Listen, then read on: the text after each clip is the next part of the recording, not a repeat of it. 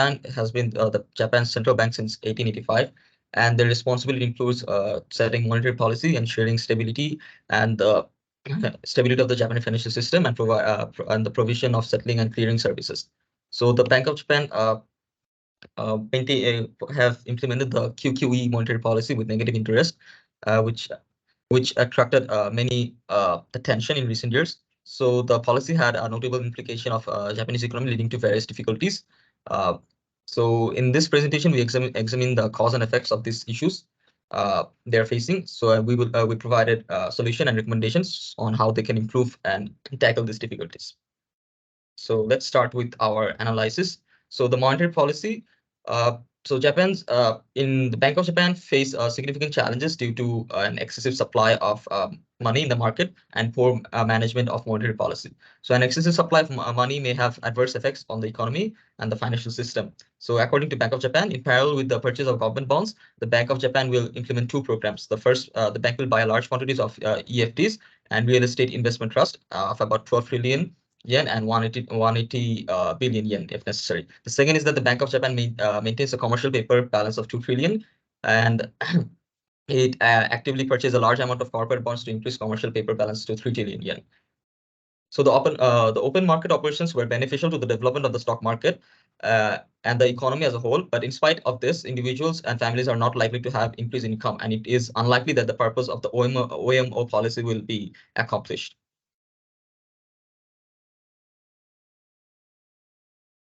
So the second thing is the interest rate. So central bank uses interest rate for economic policy and inflation. So the central bank raises or lowers the interest rates through meetings to achieve price stability. However, the inflation directly affects the interest rate changes. When the interest rate rises, the quantity of money in the economy shrinks, raising borrowing cost and saving households.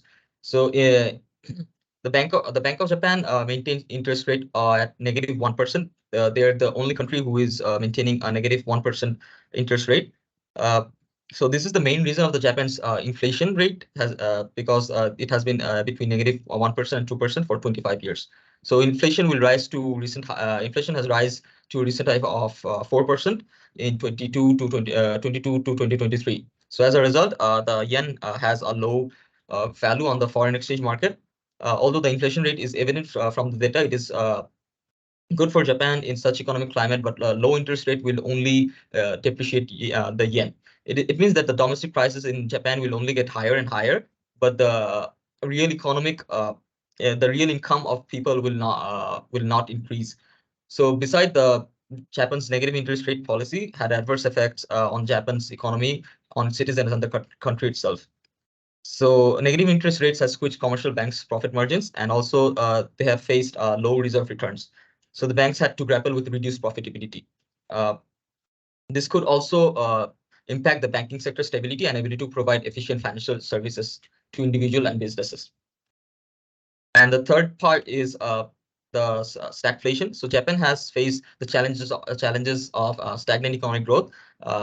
So they have the very low inflation rather than the traditional stagnation characterized by high inflation. The prolonged period of stagnant growth and low inflation, often referred as Japan's lost decades, has hindered the country's growth and expansion. So they have sluggish economic performance, which has been attributed to factors such as aging population, limited structural reforms, and weak domestic demand. So Japan has generally maintained a low unemployment rates in recent years. Uh, so despite so Whereas stagflation generally involves high unemployment rate. Despite this, underutilized of labor has increased a concern with many individuals working part-time or in non-regular positions with limited job security and benefits.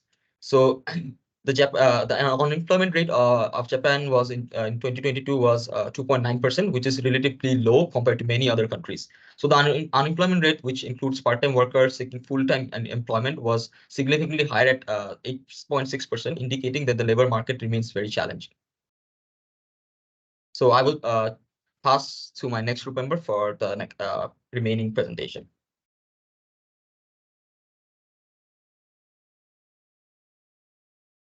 Good day, my name is Gable Kishore, and right now I'll be presenting the second part of the analysis for this assignment. So the first point we can look at is the monetary policy. Japan was facing a major monetary challenge due to an influx of excessive currency, which resulted in a surplus money circulation in the economy of Japan. Well, this happened due to the impact of the COVID-19 pandemic. The COVID-19 pandemic and also the associated lockdown measures led to a contraction in GDP, which resulted in the reduction of the public expenditure, exacerbating Japan's monetary issues.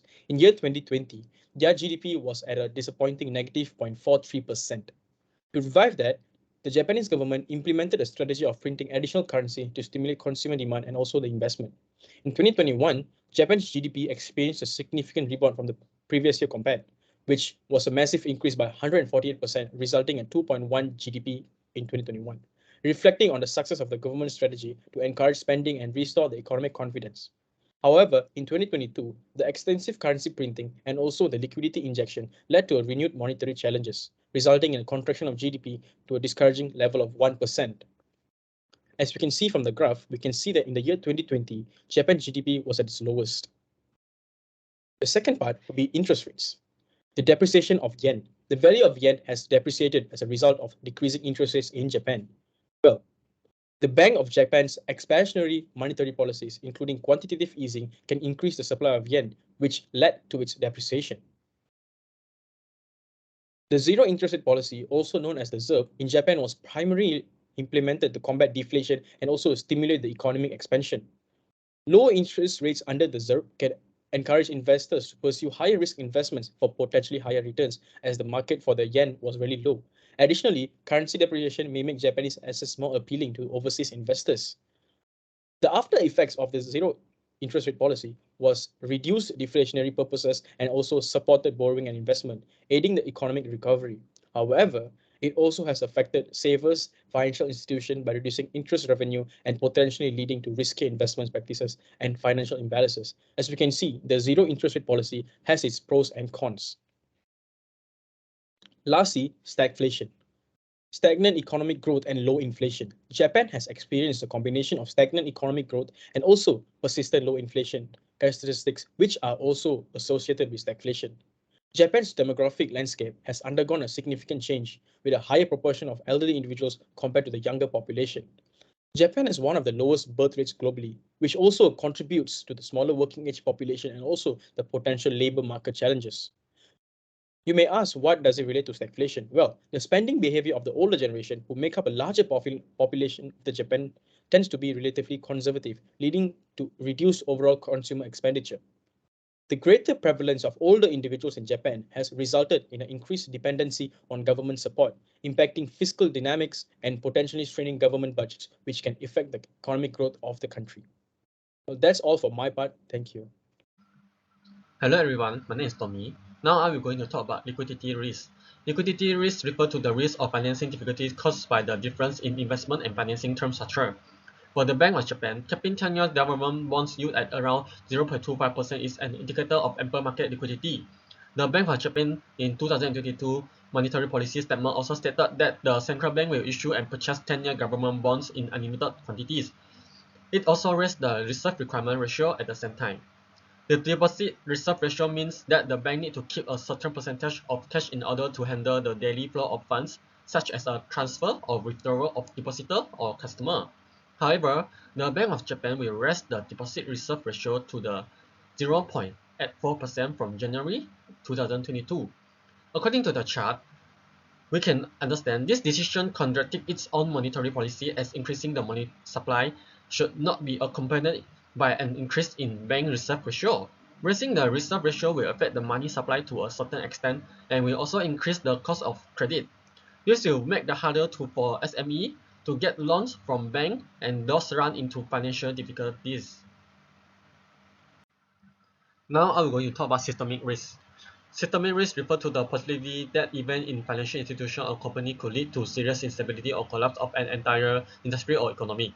For the Bank of Japan in particular, maintaining inflation at 2% is the main goal for them. But inflation rose to a recent high of 4% in 2022 and 2023. In this case, the Bank of Japan should need to raise interest rate to control the inflation. Without a good strategy to root rising inflation, more monetary tightening and higher interest rate will be needed in the future. This will only make the Japanese investor companies and people pay more to obtain existing resources in the future.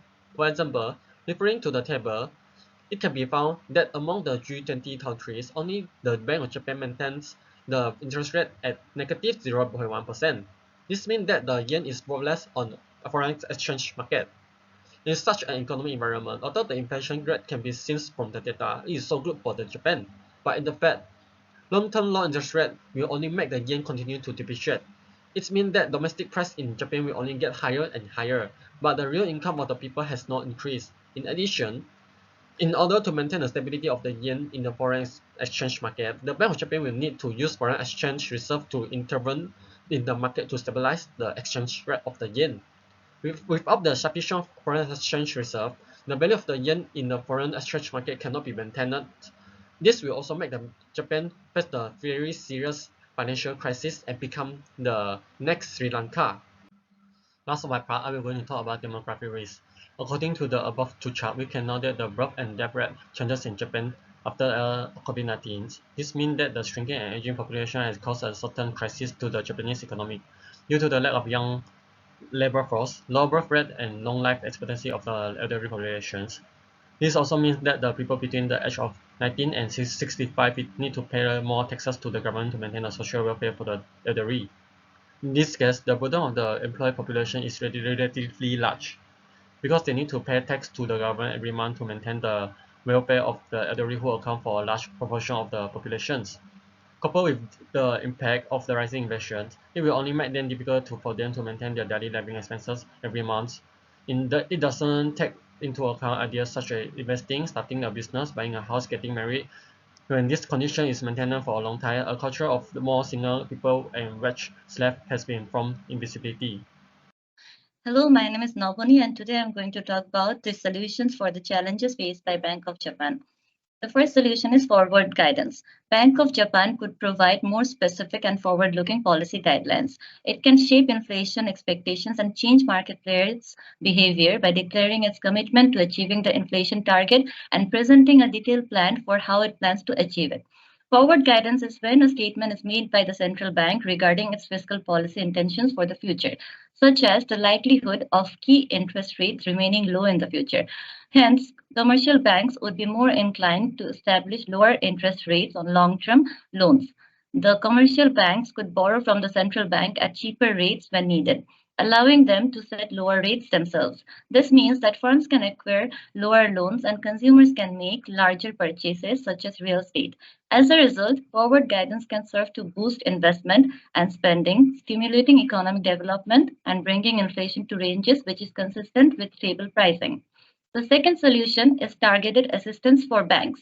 To reduce the impact of lower profit margins, the central bank or the government might offer incentives or targeted assistance to banks. This includes offering liquidity support and providing short term funding at low interest rates. To address the difficulties faced by banks in a specific economic environment, such as one with low interest rates, the central bank or the government may take specific actions or provide financial help. This is known as targeted assistance for banks. Through a variety of methods such as low interest loans, open market activities, expanded accessibility to the central bank's funding facilities, the central bank can help banks' liquidity needs. This ensures that banks have enough money to cover their debts and keep on lending even though low interest rates have lowered their profits. Finally, the next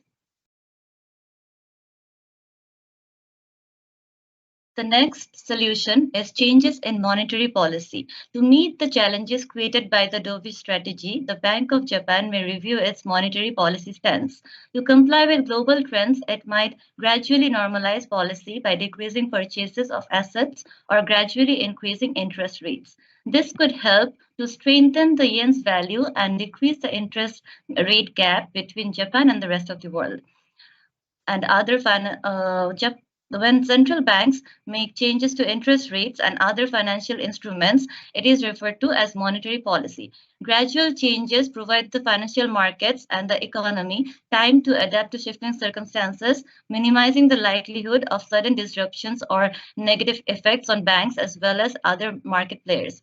Moreover, before making any changes to monetary policy, the central bank must carefully analyze economic data and evaluate the state of economy that involves variables like employment statistics, inflation rates, financial stability, and GDP expansion. Thank you so much. That's all for my part. My name is Vaishan, and now I'm going to talk about the potential benefit and risk for forward guidance. Forward guidance can help to stabilize economic market by offering transparency and facts regarding the central bank's future policy purposes. These can lower volatility and uncertainty, which are often magnified during a disaster, and restore confidence in the banking sector. Besides, it can also help to shape the market expectation and impact investor decision. These can help the banks and financial institutions towards more prudent decision making, risk management practices, and also fostering stability. On the other hand, forward guidance relies heavily on the central bank's credibility and its ability to comply with the communicated rules. It can also diminish effectiveness when interest rates are very low and almost close to zero lower bound. Alright, next, targeted acquisition. One of the potential benefits is to inject liquidity into the financial system, which will allow banks to meet their short-term funding requirement. And these can also prevent liquidity shortage. Bank of Japan can also effectively manage financial crises by providing targeted assistance and preventing them from spreading throughout the economy. By doing so, businesses and individuals can still remain confident in the banking sectors and limit the negative impacts on their operations. On the other hand, providing target assistance may create a moral hazard, where banks or financial institutions may take excessive risks, assuming that they will bail out in the event of failure. So consequently, financial assistance programs may undermine market discipline and encourage reckless behavior. Moreover, taxpayers may be required to bear the costs associated with the providing support to troubled banks, and these can lead to public resentment and strain government finance. Alright, next, monetary policy changes. One of the potential benefits is by lowering interest rate, which can stimulate borrowing and investment. These can also boost the economic activity and support banks' profitability by increasing lending demands. By implementing effective monetary policy measures, the banks can promote price stability, control their inflation, and also reduce their deflation risk. And these can also provide a more stable economic environment that benefit banks, financial institutions, or even their country. However, it can also squeeze bank net interest margin and reduce their profitability and potentially discourage saving, which may hidden banking sector stability. These can also affect global financial market and exchange rate, potentially causing high volatility and uncertainty to the financial markets. In conclusion, these are the recent crises, failure, and risks faced by Bank of Japan right now. The first one will be the monetary policy. In recent years, especially during the COVID-19 pandemic, they've been printing too much money and it caused the excessive market cash flow and leads to the liquidity risk. The second, negative interest rate policy will also brings Japan into systemic risk. The last one will be the stagflation issue due to the demographic risk. It's because the absence of young labor force, low birth rate, and longevity of the elderly, and there will be a very large gap in the proportion of Japan's population that will cause the demographic risk. So here's our important recommendation for Bank of Japan to overcome their issue. The first one will be forward guidance, follow up with the targeted assistance for banks. The last but not least is change in monetary policy. So thank you so much and enjoy our presentation.